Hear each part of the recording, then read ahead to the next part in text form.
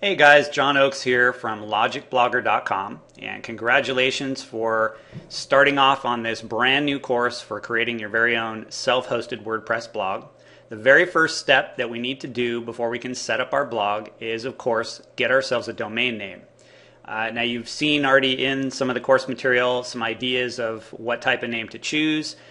My emphasis would be to keep a domain name somewhat short, but try to include some keywords that at least from the name indicate what the blog is about. If you can get some of your exact match keywords in there, that's great, but you don't want it to be too wordy. Keep it to 2 to 3 words maximum.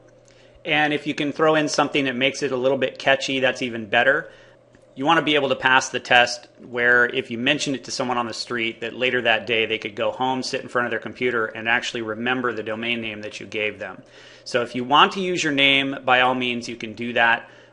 If you want to use something that's a little bit more specific to what your blog is about, I think that might be somewhat better.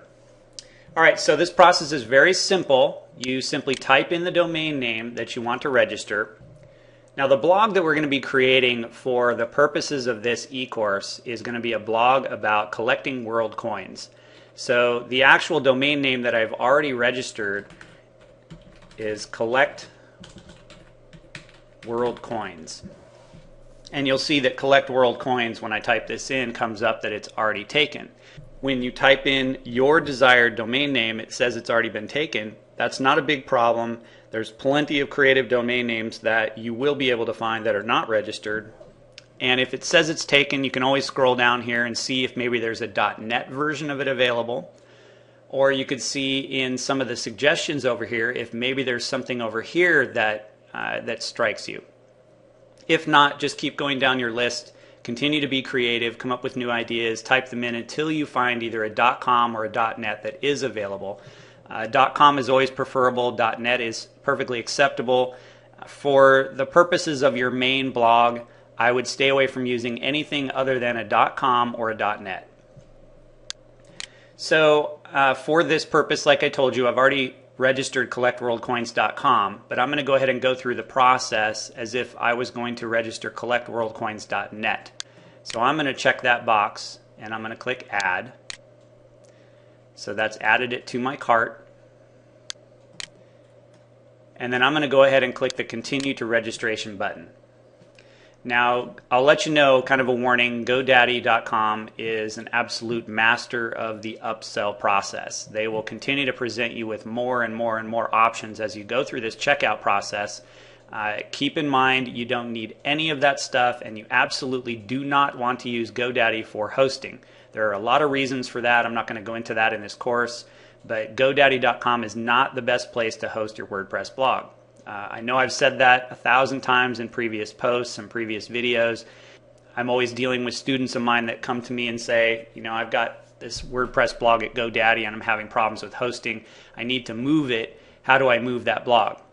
I will be creating a post and a video in the future that shows you how to do that, since that seems to come up a lot. But you can completely avoid that hassle by simply going with the right host in the first place. And I would certainly recommend HostGator, as we'll talk about in the next video. But there's other good hosts as well. Just be selective. Be sure you choose one that is very conducive to WordPress hosting. All right, with that being said, let's move on with the process. In most of these screens, like I said, you can just click the No Thanks button. You don't need to add all the different versions. If you're registering a .com and you decide you want to also get the .net and the .org version of that and lock them up so nobody else can have them, that's your personal choice. You can certainly do that by registering those and just letting them sit there. It does prevent anyone else from using them. So once you get through a couple of the nag screens that come up, you'll get to the domain registration information page. If you already have a GoDaddy account, you'll just simply enter in your GoDaddy username and log in. Or you can create a new account. So if you're brand new to GoDaddy, you just go through and fill out this one-page form here, and you'll click Next. I'm just simply going to log in because I already have an account. Whichever way you go, you'll end up at this screen next. Now here you have another personal choice. You can choose to register your domain for a period of anywhere from 1 to 10 years. I there's really no recommendation here. I typically use the 2 years when I'm registering domains, just because it's not as often as 1 year, but it's not as much of a commitment as a 10-year commitment on it, and it keeps the cost down a little bit. So somewhere between 1 and 2 years is perfectly acceptable. If you want to go longer, you certainly can.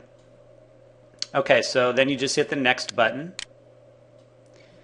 Now here they're going to present you with some more options of things that you can opt in for. Again, you don't need those, so just hit next.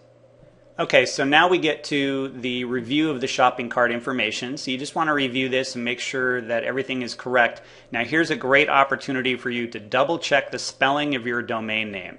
Very, very important. I can't tell you how many times, and even myself, I've done this where I've very quickly typed in the name of a domain name, got really excited because I thought it would be one that would not be available. I get all the way to the checkout and purchase it, only to realize I misspelled it. So don't let that happen to you. Again, just make sure you've spelled everything correct, and then the next button you click Continue to Checkout. And then here at this last spot, you'll go ahead and fill in the rest of your billing information. Click the I have read and agree to the terms and conditions, and click the Place Order Now button.